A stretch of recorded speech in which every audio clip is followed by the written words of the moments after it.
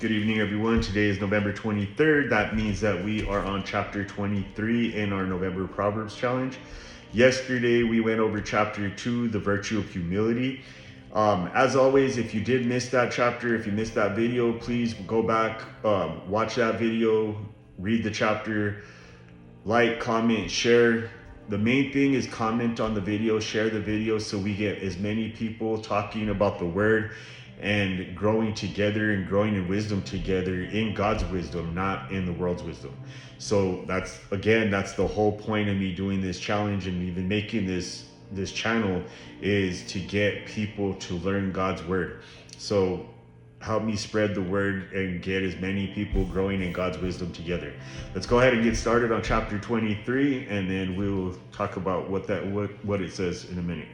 While dining with the ruler, pay attention to what is put before you. If you are a big eater, put a knife to your throat. Don't desire all the delicacies, for he might be trying to trick you. Don't wear yourself out trying to get rich. Be wise enough to know when to quit. In the blink of an eye, wealth disappears, for it will sprout wings and fly away like an eagle. Don't eat with people who are stingy. Don't desire their delicacies. They are always thinking about how much it costs. Eat and drink, they say, but they don't mean it. You will throw up a little you've eaten, and your compliments will be wasted. Don't waste your breath on fools, for they will despise the wisest advice. Don't cheat your neighbor by moving the ancient boundary markers. Don't take the land of defenseless orphans. For their Redeemer is strong. He himself will bring their charges against you. Commit yourself to instruction. Listen carefully to the words of knowledge. Don't fail to discipline your children. The rod of punishment won't kill them. Physical discipline may well save them from death. My child, if your heart is wise, my own heart will rejoice. Everything in me will celebrate when you speak what is right. Don't envy sinners, but always continue to fear the Lord. You will be rewarded for this. Your hope will not be disappointed. My child, listen and be wise. Keep your heart on the right course. Do not carouse with drunkards or feast with gluttons, for they are on their way to poverty, and too much sleep clothes them in rags. Listen to your father who gave you life, and don't despise your mother when she is old. Get the truth and never sell it. Also get wisdom, discipline, and good judgment. The father of godly children has cause for joy. What a pleasure to have children who are wise. So give your father and mother joy. May she who gave you birth be happy. Oh, my son, give me your heart. May your eyes be a delight in the following ways. A prostitute is a dangerous trap. A promiscuous woman is dangerous as falling into a narrow well. She hides with walls like a robber, and waits like a robber, eager to make more men unfaithful. Who has anguish? Who has sorrow? Who is always fighting? Who is always complaining? Who has unnecessary bruises? Who has bloodshot eyes? It is the one who spends long hours in the taverns trying out new drinks. Don't gaze at the wine, seeing how red it is, how it sparkles in the cup, how smoothly it goes down. For in the end, it bites like a poisonous snake. It stings like a viper. You will see hallucinations. You will see crazy things. You will stagger like a sailor tossed at sea, clinging to a swaying mast. You will say, they hit me, but I didn't feel it. I didn't even know when they beat me up. When will I wake up so I can look for another drink? So, the observation and the interpretation for verse 23, or chapter 23, verse 12 says, Verse 12 says, commit yourself to instruction, listen carefully to the words of knowledge. While a foolish man, this is the observation on the study portion. While if the foolish man thinks he knows everything, the wise man commits himself to learning and listens carefully to the words of knowledge. Since wisdom does not come automatically with age, one must choose to continue learning and developing. By resolving to be a lifelong learner and maintaining a teachable spirit, a person will grow in wisdom and maturity as a Christian. God created us to be lifelong learners. Therefore, we should not expect to do all our learning in the beginning of our lives and spend the rest of our days drawing on what we already know. Instead, we must realize that our spiritual health depends on the day-to-day habits of learning. Let's spend our days exploring the Word of God and growing in our relationship with Jesus. Imagine if you just laid on your bed all day, didn't move, didn't exercise your body at all, whether it's just walking around a little bit, whether you work out. I mean, obviously you want to work out at least a little bit to keep your body in shape, right? That's what's going to keep you healthy, and it's going to keep you living a long, healthy life. So, well, our minds are a very, very important part of our body, and if we don't continue exercising our minds, then our minds are going to lose, they're going to start diminishing, just like our bones and our body will. If we don't work out our muscles, then our muscles start depleting. If we don't work out our mind will start depleting. I am a very, very big adamant believer in learning something new every day. You always want to get better. You never want to stay stagnant where you're at.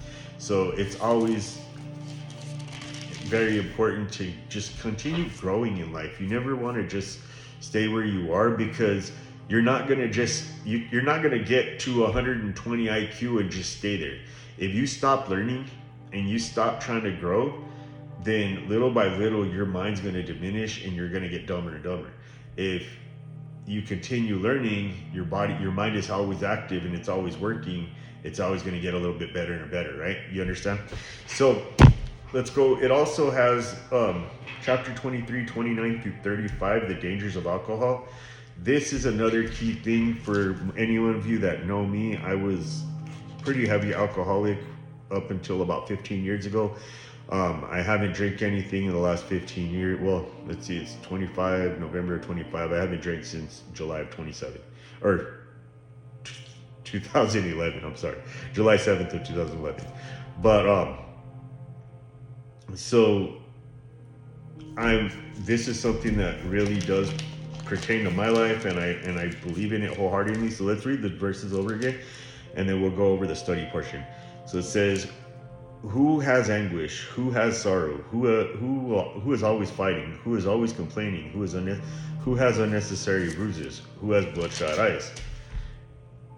It is the one who spends long hours in the taverns trying out new drinks. Don't gaze at the wine, seeing how red it is, how it sparkles in the cup, how smoothly it goes down. For in the end, it bites like a poisonous snake. It stings like a viper. You will see hallucinations and you will say crazy things. You will stagger like a sailor tossed at sea, clinging to a swaying mast, and you will say, they hit me, but I didn't feel it. I didn't even know it when they beat me up. When will I wake up so I can look for another drink? And if you're a true alcoholic, I mean,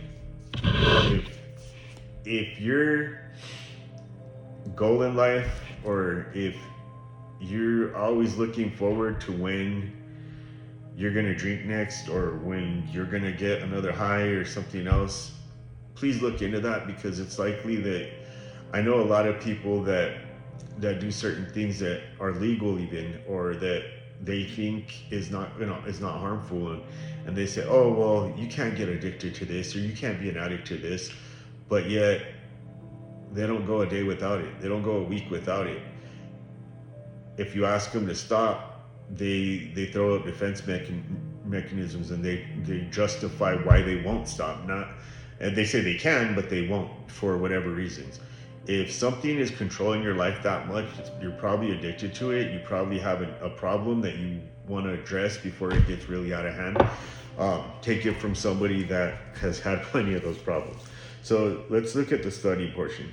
Proverbs opposes the excessive consumption of alcohol, which causes sorrow, fighting, hallucinations, uncontrolled speech, physical accidents, and other troubles.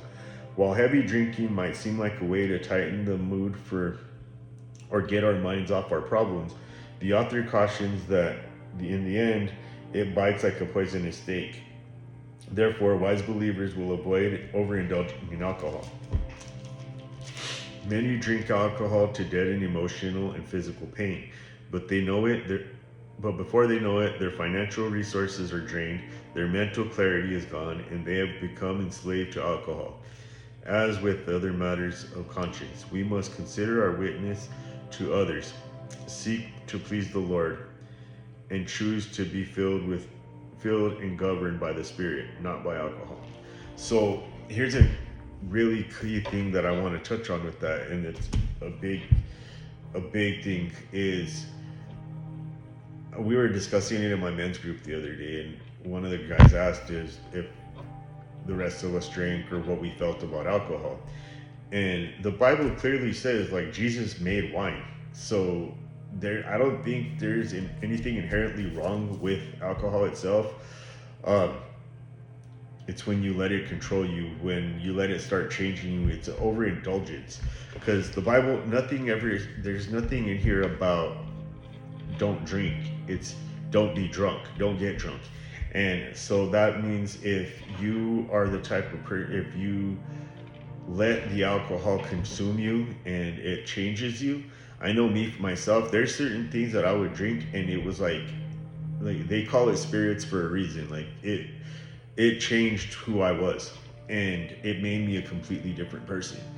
And just like the verses say, the Bible says, it's when you wake up with bruises and you don't know where they came from, or you wake up in jail or something and you don't know how you got there, there's a problem.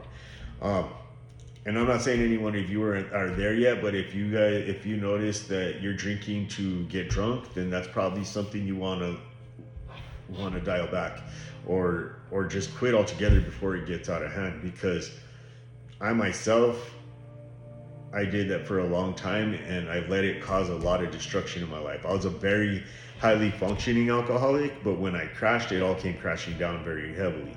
I've started businesses and lost businesses. I was in the fire department and I lost that job. There was a lot of things that I lost because of my choice to continue drinking alcohol, and what the choices I made while I was drinking that weren't even my normal choices. Because I mean, obviously I've been sober for 15 years and I haven't made any of those choices anymore. So I just imply anybody, if you guys have any issues with that, or you guys are worried about having an issue with any of that, please reach out to me. I am more than happy to help you, or reach out to somebody. Because if you don't stop, it's only going to get worse. And and you got to stop because you want to stop. You can't stop because somebody else is trying to tell you to, because that's not going to work either. But the only way that I was able to do it, I've gone through every program in the book, and the only thing that helped me is just my relationship with God. It was me determining that I actually wanted to do it and asking Him for the help to do it. Other than that, nothing else helped me. So God can do everything. And if you have a problem with that, please seek Him. Tomorrow we are going to go over chapter 24, which is responding to the wicked. I see you there. God bless you. Have a great night.